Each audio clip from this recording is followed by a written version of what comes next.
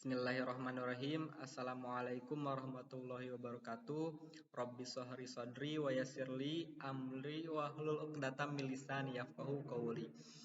Sebelumnya izin memperkenalkan diri, nama saya Muhammad Azhar Al-Asy'ari dari Sekolah Tinggi Agama Islam Dr. KHIZ Mutakin Purwakarta, jurusan Hukum Keluarga Islam semester 4.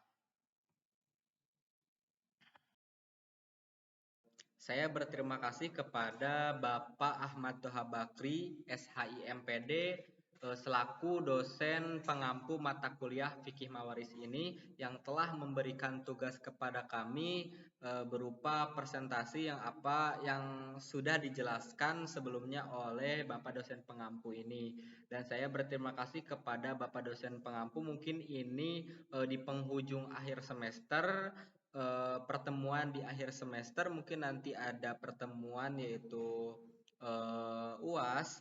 Nah, saya berterima kasih kepada Bapak Toha yang sudah memberikan banyak ilmunya, berbagai ilmunya. Alhamdulillah, semoga bermanfaat.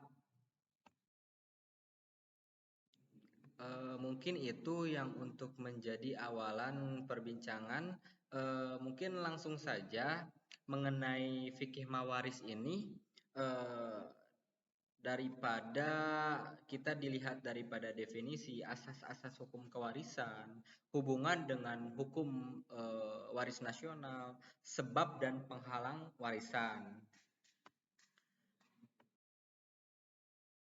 Nah, mungkin yang pertama itu sekilas saja mengenai definisi fikih mawaris. Nah, mungkin mawaris itu secara bahasa merupakan bentuk plural ya, yang artinya harta yang ditinggalkan oleh orang yang meninggal dunia. Fikih mawaris seringkali disebut ilmu faraid ya. Kawan-kawan yang melihat juga tahu gitu mengenai ilmu faraid ini atau definisi fikih mawaris ini. Juga bentuk plural yang secara bahasa artinya bagian tertentu atau ketentuan. Nah, sumber daripada fikih mawaris ini diambil daripada Al-Quran, Sunnah, hadis gitu ya, ijma juga. Nah, ijma juga merupakan salah satu sumber dari ilmu mawaris ini karena banyak hal yang menjadi kesepakatan ulama yang diterapkan dalam pembagian harta waris. Nah, mungkin saya contohkan yang pertama itu status pembagian warisan antara kakek dan saudara, antara kakek dan saudara.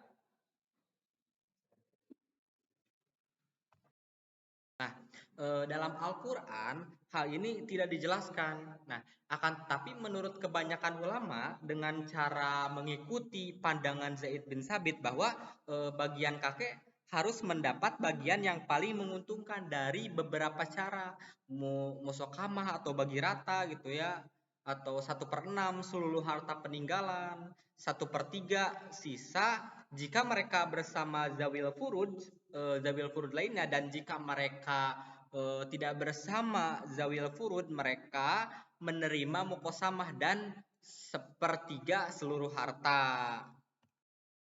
Nah, itu yang pertama. Yang kedua, status cucu. Nah, yang ayahnya lebih dahulu meninggal daripada kakek yang bakal menerima warisan bersama saudara-saudara ayah cucu yang meninggal tadi ya, yang sudah dijelaskan, menurut Undang-Undang Hukum Mawaris Mesir, setelah mengadopsi pandangan ulama Salafi dan Khalafi bahwa cucu tadi mendapat warisan dengan jalan wasiat wajibah. Nah, misalnya ada seseorang yang meninggal dunia, misalkan A meninggal dunia nih, dia tuh punya anak, yaitu ada dua ya, B katakanlah, dan si C ini.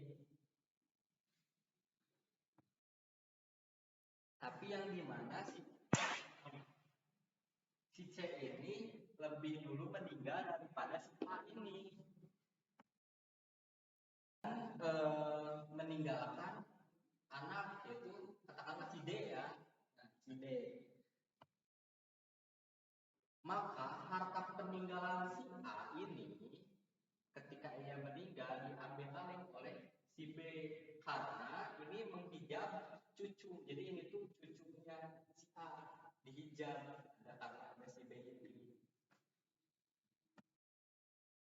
Tetapi sesungguhnya ia akan mendapat bagian ayahnya bila ayahnya masih hidup. Nah, oleh karena itu diberikan dengan jalannya wasiat, namanya wasiat wajibah.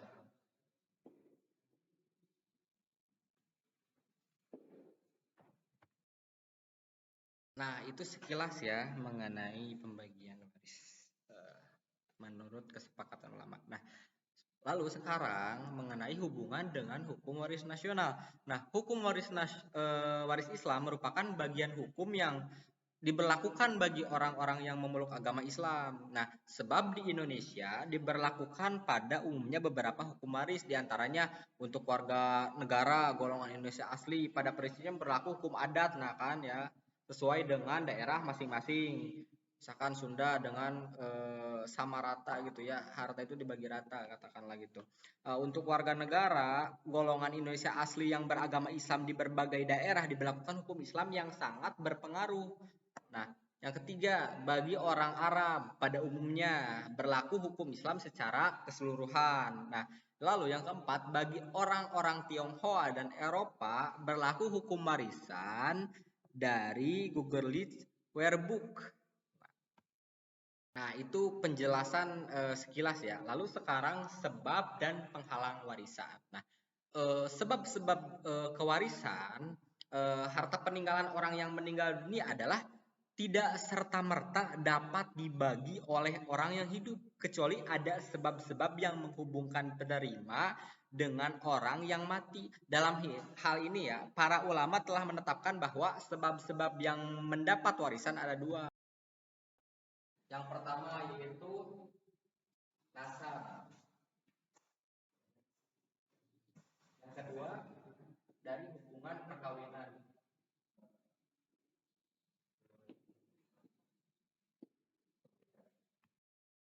Nah, kalau dilihat dari nasab atau hubungan kekerabatan, nasab ini dapat berupa hubungan orang tua dengan anak, saudara, paman, dan bibi, dan lainnya, di mana hubungan itu dapat dihubungkan kepada orang tua. Hal ini berdasarkan firman Allah yang artinya, dan orang-orang yang beriman sesudahmu kemudian berhijrah dan berjihad bersamamu, maka orang-orang itu termasuk golonganmu. Orang-orang yang mempunyai hubungan kerabat itu sebagian lebih berhak terhadap sesamanya daripada yang bukan kerabat. Di dalam kitab Allah sesungguhnya Allah maha mengetahui segala sesuatu. Lalu kalau dilihat dari perkawinan, nah, seorang mendapatkan harta warisan dari orang yang meninggal dunia karena adanya hubungan pernikahan atau perkawinan seperti antara suami dengan istri atau sebaliknya. Nah, hal ini berdasarkan firman Allah, dan bagi kamu seperdua dari harta yang ditinggalkan oleh istri-istri kamu. Dalam hubungan perkawinan, suami istri dapat saling mewarisi dengan ketentuan sebagai berikutnya. Kalau perkawinan yang dimaksud perkawinan dengan perkawinan di sini adalah perkawinan yang sah menurut agama, yaitu perkawinan yang telah memenuhi syarat, rukun, seperti yang diatur dalam ajaran Islam, baik sudah dipergauli atau belum pernah dipergauli. Di samping itu, perkawinan itu tidak dianggap itu rusak lah ya oleh pengadilan agama, karena perkawinan yang fasid menurut syariah adalah perkawinan yang tidak sah. Nah, oleh karena itu, bila salah seorang mati di antara suami istri, maka mereka saling mewarisi. Ini sudah jelas. Nah, tidak termasuk dalam hal ini hubungan yang disebabkan perzinahan, walaupun adanya hubungan badan antara bezina. Mereka tidak dapat saling mewarisi, dan anak yang dilahirkan akibat perzinahan tidak mendapatkan warisan dari bapaknya, tapi akan mendapatkan dari ibunya. Nah, dalam hal ini sudah jelas bahwa mengapa anak ini tidak mendapatkan warisan, karena sudah jelas mungkin ya, karena si kalau misalkan si cewek itu tidak bisa diwalikan dari ya tadi anak zina itu tidak bisa diwalikan karena ya hasil zina itu. Tapi di dalam di dalam fikih mawaris, dalam bab waris, dia mendapatkan warisan dari garis keturunan ibu atau mendapatkan dari ibunya, tapi tidak dari bapaknya. Yang kedua, perkawinan itu dalam posisi pembeli waris meninggal dalam keadaan perkawinan masih utuh atau tidak dalam perceraian yang bain subro. Dalam posisi ini, suami istri dapat saling mempusakai, yaitu berakhirnya perkawinan semata-mata dengan matinya salah seorang suami istri. Nah, mungkin itu saja yang bisa dijelaskan. Kurang lebihnya mohon maaf apabila ada kesalahan daripada penjelasan yang kurang jelas, katakanlah. Saya meminta maaf dan saya berterima kasih kepada Bapak dosen pengampu, yaitu Bapak Ahmad Toha Bakri, SHIMPD, yang telah memberikan tugas berupa video yang sudah dijelaskan atau yang sudah dijelaskan oleh Bapak dosen pengampu. Alhamdulillah, semoga berkah ilmunya. Dicukupkan sekian penjelasan dari saya. Kurang lebihnya mohon maaf. Billahi taufiq wal hidayah. Wassalamualaikum warahmatullahi wabarakatuh.